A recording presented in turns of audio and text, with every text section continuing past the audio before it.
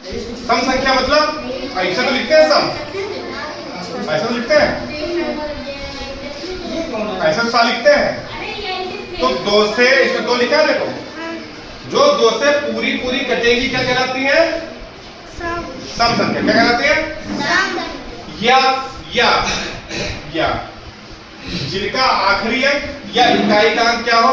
0 हो, 2 8 हो। क्या हो? इकाई का अंक। कौन सा? इकाई का अंक। वो क्या कहलाती है? सम। कोई उदाहरण बताओगे?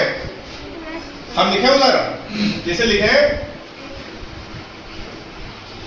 इसका इकाई का अंक क्या है? देखो 2 है। तो ये सम संख्या है, विषम संख्या है? सम संख्या है ना। ये बताओ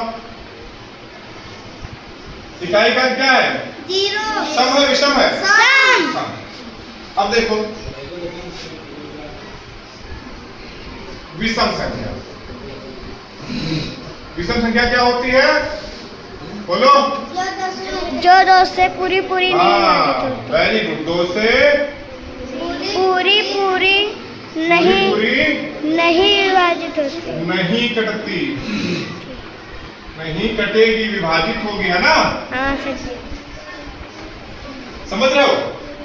इसमें क्या होता है? इकाई का अंक क्या होता है इसमें? बोलो। इकाई का अंक आखिरी अंक क्या होता है? 1 3 5 7 9। कोई उदाहरण बताओगे? बताओ। 5 3 3। इसमें इकाई का अंक क्या है? 3। तो ये क्या हो गई? विषम संख्या। इकाई का अंक क्या है? 9। क्या हो गई? विषम। अब बताओ किसको कठिन लग रहा है भाई? यही कल पढ़ाया था, भूल गए।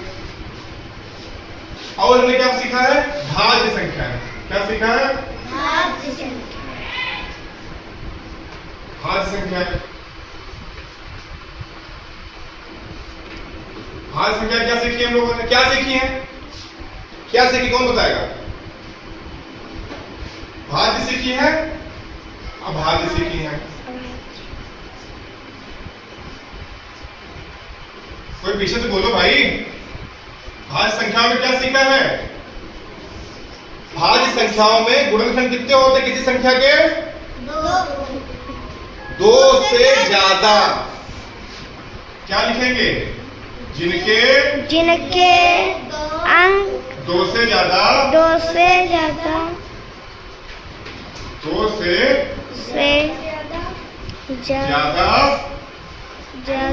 अंक होते। गुणनखंड हो। गुणनखंड। यही तो सीखा है। हाँ सर। जिनके 2 से ज्यादा गुणनखंड हो। इसमें क्या सीखा था? केवल क्या होता है?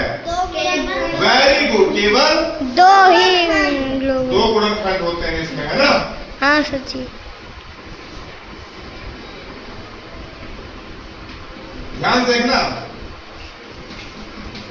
अब जैसे एक ना तो भाज्य है ना अभाज्य है। सबसे पहली चीज हम देखेंगे, ठीक है।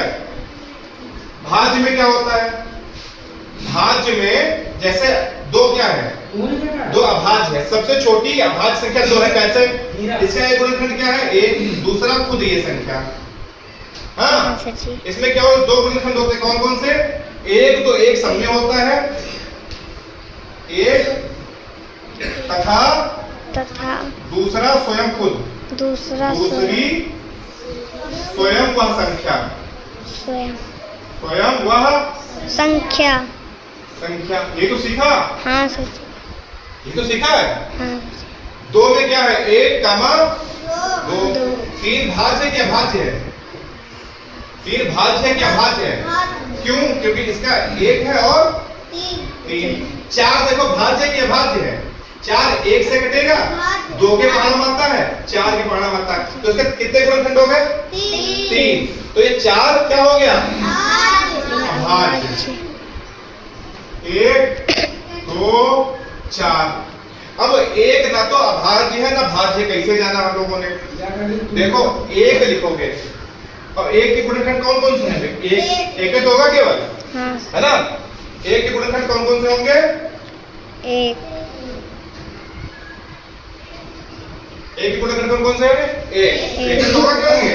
हाँ तो हमने क्या बताया, जिसके दो गुणनखंड होते हैं केवल, एक वो मतलब एक ये और दूसरी स्वयं संख्या, एक ये दूसरी स्वयं संख्या, है ना? हाँ, तो क्या होती है वे?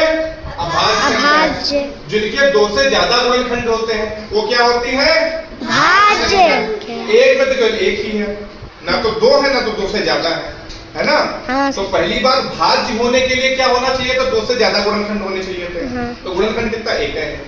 अभाज्य के लिए क्या होना चाहिए था? दो गुणनखंड चाहिए थे, इसमें एक है। तो एक ना तो भाज्य है ना अभाज्य। ना भाज्य है ना अभाज्य। ठीक है? हाँ अब क्या है?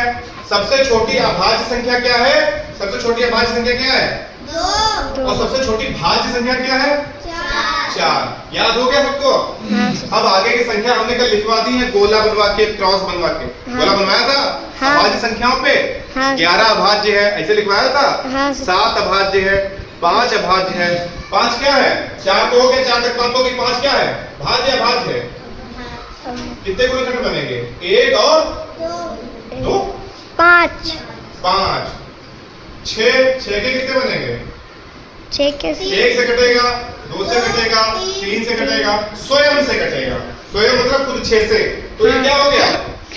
6 भाज्य है, भाज्य है, भाज्य। भाज्य। ठीक, नोट करो।